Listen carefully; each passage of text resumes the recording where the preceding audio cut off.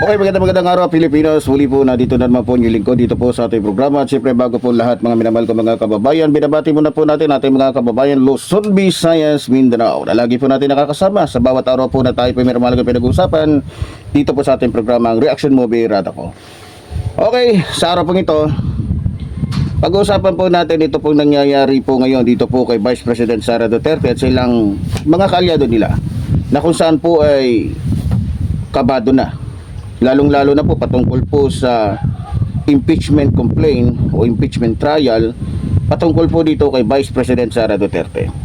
Alam naman po natin na mayroon po mga personas o mabibigat na personas o mga taong nasa kanila yung matitibay na ebidensya o hawak nila yung susi ng katotohanan na kung saan ay sisiwalat po sa kaisipan ng ating mga kababayan. Ngayon, mukhang sa tingin ko gagawa po na paraan ito pong si Vice President Sara Duterte para po patahimikin lalong-lalo na po itong mga ilang personas na magsasalita dyan po sa kamera.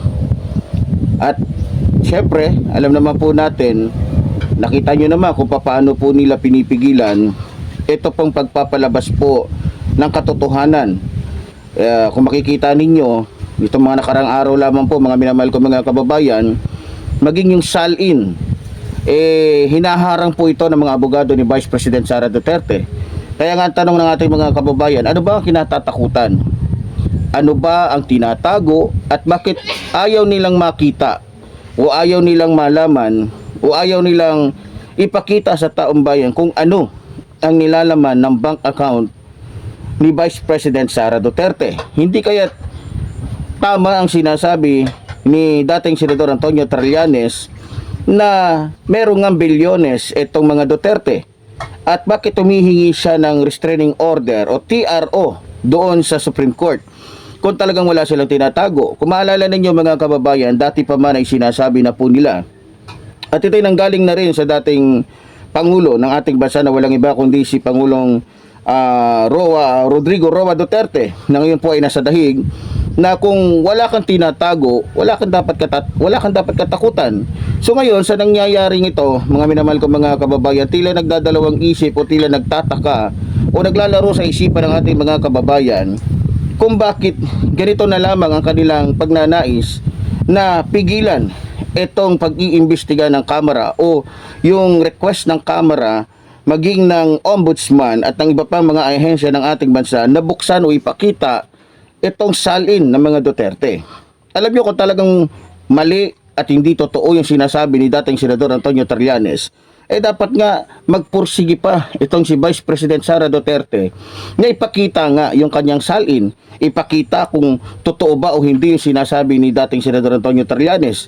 So sa nangyayaring ito, sa totoo lang, parang ang dating mukhang tama o tumpak at may katotohanan nga ang sinasabi ni dating Senador Antonio Trillanes.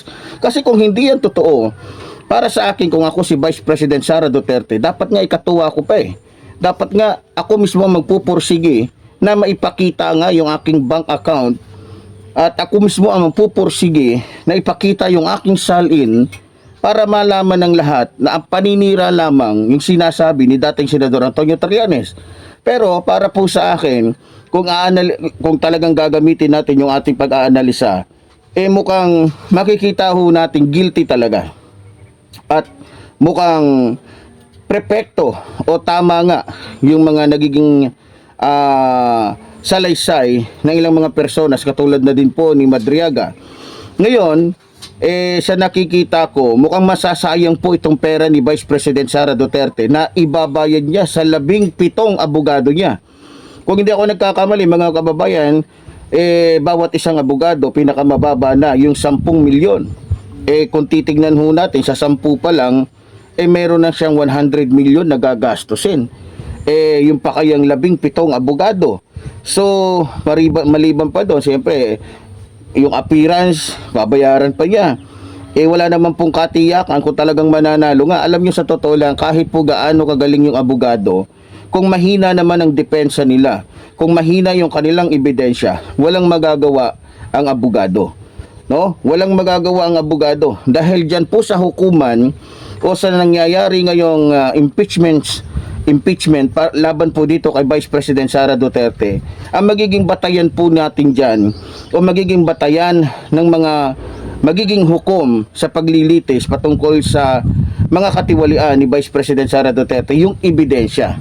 Ngayon, yung mga ebidensya na hawak ni Madriaga, ebidensya ng hawak ng ilang mga complainant o yung ebidensya na hawak mismo niya dating Senador Antonio Trillanes, kapag yan ay punong-puno o talagang tumpak, walang mali, walang sobra, walang kulang, sa madaling salita ay totoo, talagang iisa lamang po ang kalalagyan po ni Vice President Sara Duterte, kundi ang managot sa kanyang mga kasalanan. Ngayon, para po sa akin, kung ako po si Vice President Sara Duterte, para hindi dumating sa punto na umatras o mawala yung kanyang mga supporters, dapat po siguro na maniguro siya sa papaanong parahan. Maniguro ba siya na pumunta doon sa ganito, ganyan para lamang pigilan yung pag-iimbestiga sa kanya, o maniguro siya na ipakita sa taong bayan kung ano yung mga bagay-bagay na mayroon siya, nang sa ganun lumabas ang katotohanan. Sa totoo lang mga kababayan, sa ginagawa nilang ito, marami po mga personas ang talagang nadadamay, katulad na lamang po ng 18 mga sinasabi nilang ex-Marines na kalaunan nung inimbestigahan na ng NBI, hindi na po sila nagpakita pa.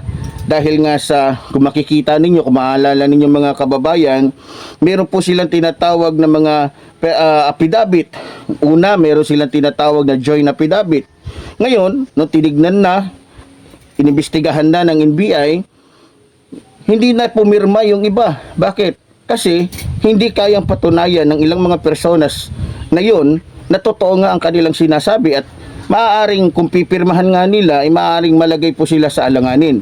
So ngayon, dahil iniimbestigahan na ng NBI, ng DOJ, iniimbestigahan na ng Ombudsman, itong 18 Marines na ito ay hindi na nagpakita. Ngayon, mukhang kitang-kita na po na talagang papalapit na po talaga yung katapusan po ni Vice President Sara Duterte. Hanggat hindi po siya nagiging totoo, hanggat hindi po niya pinapakita yung mga ebidensya niya laban doon sa mga ebidensya na inilalatag ng mga complainants, talagang masasabi nating guilty siya.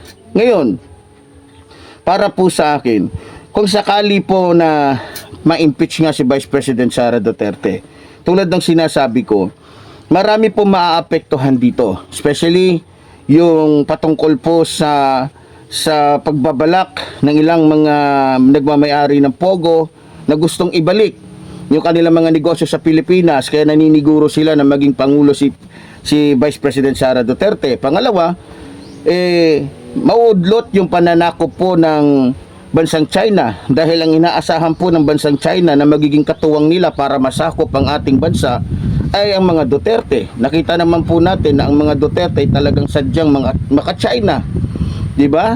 Kita naman natin kung sino-sino yung mga personalidad ng mga Chino na mayroon pong involvement sa pamilyang Duterte. Katulad na lamang po ni Michael Yang, ni Alan Lim at iba pang mga Chinese drug lords na hindi pinahuli ni dating Pangulong Rodrigo Roa Duterte. Sa halip ay pinatakas, sa halip ay binigyan ng proteksyon. So ngayon, mga minamahal ko mga kababayan, maliban doon, kapag hindi po naipanalo ni Vice President Sara Duterte yung kanyang impeachment, hindi na po makakalaya kailanman itong si Kibuloy. At hindi na rin makakauwi ng Pilipinas maging si Harry Roque. At maliban doon, katulad po ni Atong Ang, nakakakampi din nila, maging itong si Arnie Tevez na dating congressman, ay maaaring hindi na po sila mabibigyan ng pagkakataon na makalaya pa. Dahil mismong yung kanilang poon, yung kanilang inaasahan na magiging Pangulo na magliligtas sa kanila, ay maaaring maliban na matanggal at hindi na makakuha ng ilang pa mga posisyon sa ating bansa, ay maaaring makulong na din. Dahil kung di po ako nagkakamali, ang pinakamababang kaso po na maaaring kaharapin po ni Vice President Sara Duterte, maliban sa malversation, ay maaaring Flander, Graft, at iba pa. So, ilan lamang po yan mga kababayan sa posible o maaari pong maging kaparusahan po ni Vice President Sara Duterte. Pero ganun pa man mga minamahal ko mga kababayan, naniniwala naman tayo na ang katotohanan, ang hustisya, ang kapangyarihan ng batas ang siyang matutupad o siyang magaganap o siyang magwawagi laban sa kasinungalingan at laban sa kasamaan. So, ganun pa man, muli po tayo po ay lagi pa din magbabantay, magsasalita at lagi po tayong nandito upang malaman po ng ating mga kababayan kung ano na po talaga ang nangyayari ngayon sa ating bansa. So muli po, tulad po ng sinasabi ng iyong lingkod, mabuhay po ang ating inang bayan, mabuhay po nagmamahal sa ating ng bayan. Maraming salamat po.